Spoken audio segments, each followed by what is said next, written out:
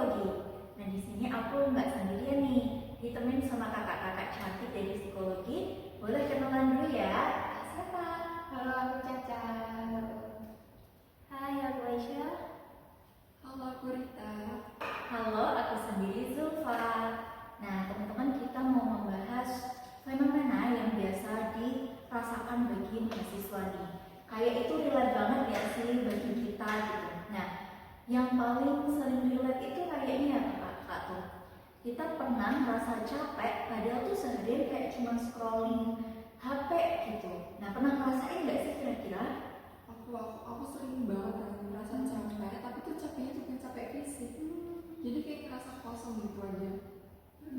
Ya relate banget sih, kayak notif tuh rame banget, chat juga rame gitu. Tapi dari notif-notif terus chat yang ada tuh aku gak yang ngerasa kayak aku ditemenin nih gitu. Ya udah kayak kosong. Betul juga sih. Terus pas udah naruh HP nih, malah kitanya jadi ngerasa sendirian gitu. Oh, jadi bisa disimpulin bahwasannya kayak ngerasa bukan capek fisik tapi emosional ya. Terus kayak walaupun dunia maya itu terasa ramai tapi kesepian gitu ya. Nah itu kira-kira apa ya? Kenapa ya? Nah itu dia yang mau kita bahas kali ini. Yuk tetap disimak ya teman-teman. Let's go!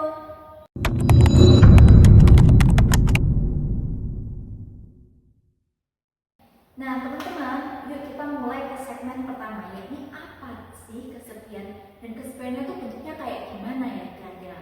Boleh ada kakak yang menyampaikan? Oke, silakan. Ini menurut aku kesepian itu bukan soal gak punya teman gitu. Ya setuju sih, kalau aku sih kadang kita tuh ngerasa emang punya banyak teman, tapi gak ada yang benar-benar kita kayak deket banget gitu loh. Oh gitu. Kayak udah cuma sekedar ya, temenan gitu, tapi yang deket sampai gitu kayak nggak ada gitu kan gitu. Apa sih gitu rasanya? Dalam psikologi juga gitu sih. Kesepian itu muncul karena ada hubungan itu yang kita punya nggak sesuai sama yang apa yang kita harapin gitu. Oh, jadi bisa banget ya kak kalau kita tuh nongkrong tapi malah tetap kerasa sepi gitu. Betul. Oh iya, make sense banget ya. Jadi kita bisa banget karena punya banyak teman tapi nggak ada keterikatan atau keterhubungan di situ. Gitu. Nah itu tadi teman-teman.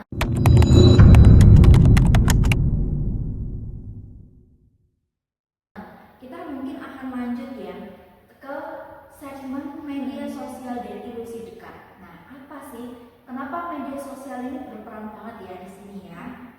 Nah, kalau ada yang mau berpendapat nggak nih kayaknya? Ke apa peran media sosial dalam interaksi kita gitu? Kalau aku sih ini ya apa ya? Media sosial tuh bikin kita kayak terhubung satu sama lain. Cuman kadang tuh kita terhubungnya nggak yang deep gitu, cuman kayak di permukaannya aja. Ya. Betul. Jadi kayak gimana ya? Kita nge-follow banyak orang, tapi kita tuh jarang ngobrol beneran, nggak pernah ketemu atau interaksi secara langsung gitu. Oh gitu ya. Berarti kayak kita tuh scrolling doang tanpa adanya interaksi yang nyata gitu ya. Betul. Nah itu tuh yang bisa ningkatin rasa kesepian itu. Apalagi tuh itu cuma konsumsi aja gitu, bukan komunikasinya gitu. Oh jadi gitu ya kak ya. Jadi kita tuh bisa ngerasa interaksi tapi cuman ada di permukaannya aja, jadi tidak mendalam. Nah itu yang bikin kita itu merasa ada yang kosong nih, ada yang kurang nih gitu kayak. Ya benar, dan selain itu juga kadang tuh kita malah jadi banding-bandingin. Kan sering banding-bandingin ya antara pencapaian kita sama orang lain. Kayak banding-bandingin dalam hal-hal ya pencapaian gitu sih.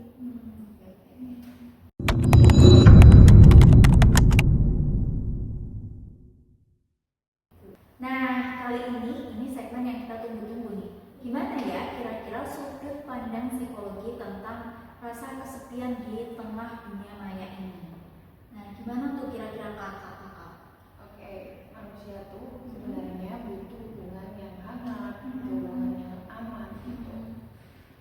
Nah, terus yang bisa bikin kita merasa diterima gitu. Oh, jadi kayak nggak cuma kalau di media media sosial kan itu kadang terkesan fake ya gitu, karena di balik layar. Kalau interaksi langsung kan dia bisa langsung diterima, hangat, mendalam gitu ya.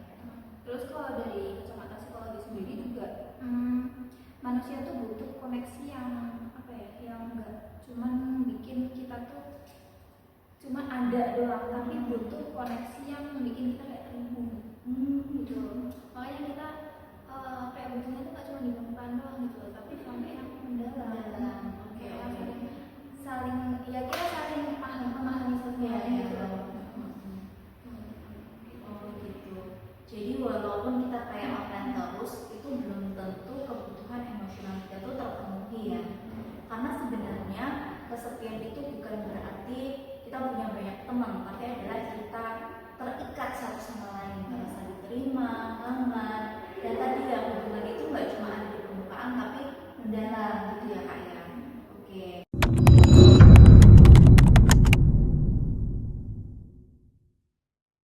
Nah sekarang kita mau masuk ke segmen realita dan Gen Z. Nah realita mahasiswa dan Gen Z ini gimana ya kira-kira?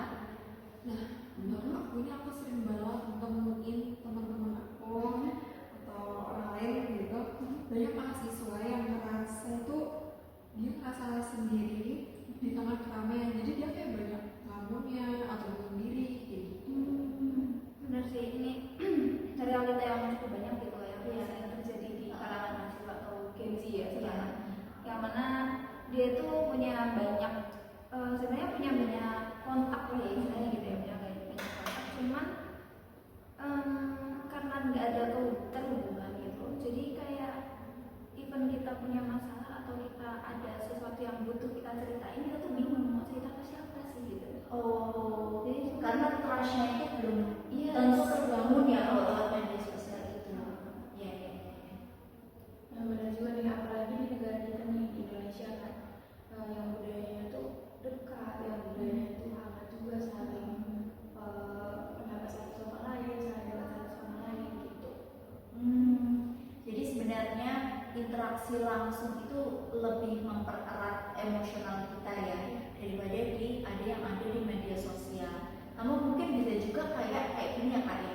Kalau selama ini kita itu sebenarnya sama dia interaksi langsung juga di media sosial langsung juga. Nah itu kan beda lagi. Itu adalah koneksi yang berlanjut. Nah ini kita tuh membahasnya kalau dalam ranah kenapa kita punya teman media sosial aja yang nggak berinteraksi langsung tapi kerasa kosong gitu.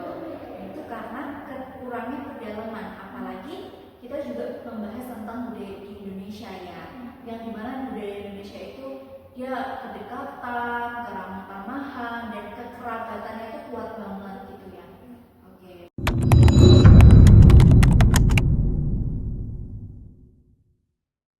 Nah teman-teman, kali ini kita akan masuk ke segmen yang paling kita tunggu juga, yakni bagaimana ya solusinya dan refleksi dari pembicaraan kita kali ini gitu.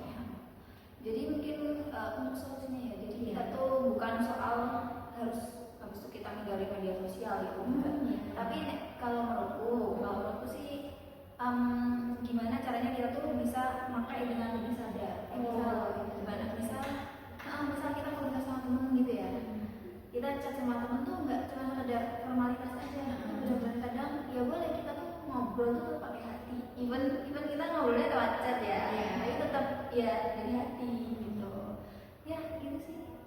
Betul, aku setuju sih. Jadi kita harus tahu gimana cara kita harus sadar cara pakai gimana, kita harus bijak dan sadar gimana cara pakai sosial media itu sendiri dengan baik dan benar.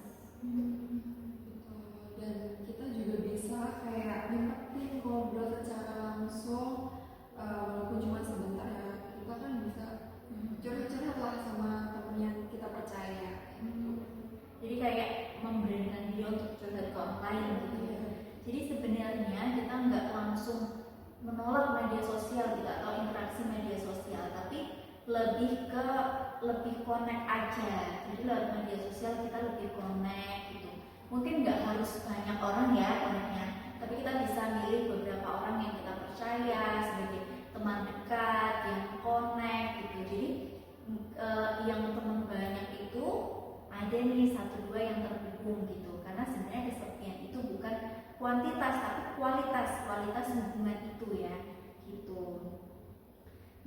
jadi teman-teman, karena pada akhirnya kita itu nggak cuma butuh koneksi aja.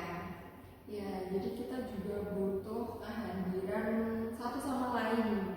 Iya benar, jadi bukan cuma dilihat. Tapi juga dipaham. Oke, begitu